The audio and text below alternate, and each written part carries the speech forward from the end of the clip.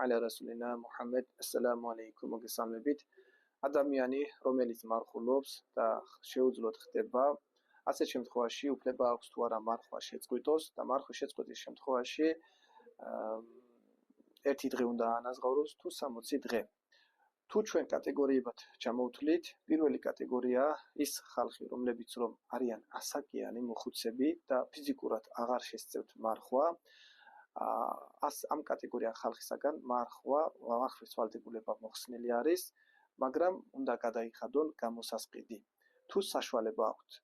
მეორე კატეგორია ადამიანები, რომლებიც არ არიან ასაკიანი, მაგრამ გარკვეული ავადმყოფობიდან გამომდინარე, ჯანმრთელობა ხელს არ უწყობს დროებით, ეს კატეგორია ადამიანები არ იმარხვენ, მაგრამ უნდა გადაიხადონ გამოსასყიდი, თუ საშუალება აქვთ და როდესაც გამოჯანმრთელდებიან, შემდგომში უნდა აანაზღაურონ.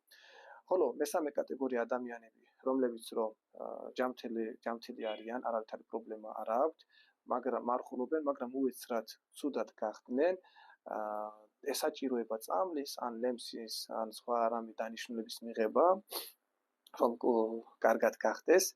ასეთ შემთხვევაში, ჩვენ მუსლიმ საზოგადოებაში არის ასეთი აზრი, რომ სანამ შუჯერ არ დაიბნიდება, ან მარხვის შეწყვეტამდე, საღამომდე არ უნდა შეწყვიტოს, ეს არის არასწორი.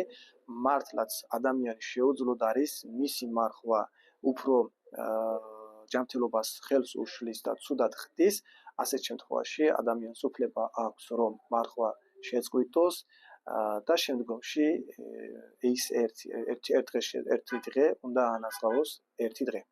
ანუ 60 დღე არ საჭიროებს. 60 დღე მხოლოდ საჭიროებს, თუ ადამიანი ავად არ არის და გამიზნულად მარხვას შეწყვეტს. ასეთ შემთხვევაში დიდ დანაშაულ ცოდვასთან ერთად 60 დღე საჭიროება ანაზღაურება.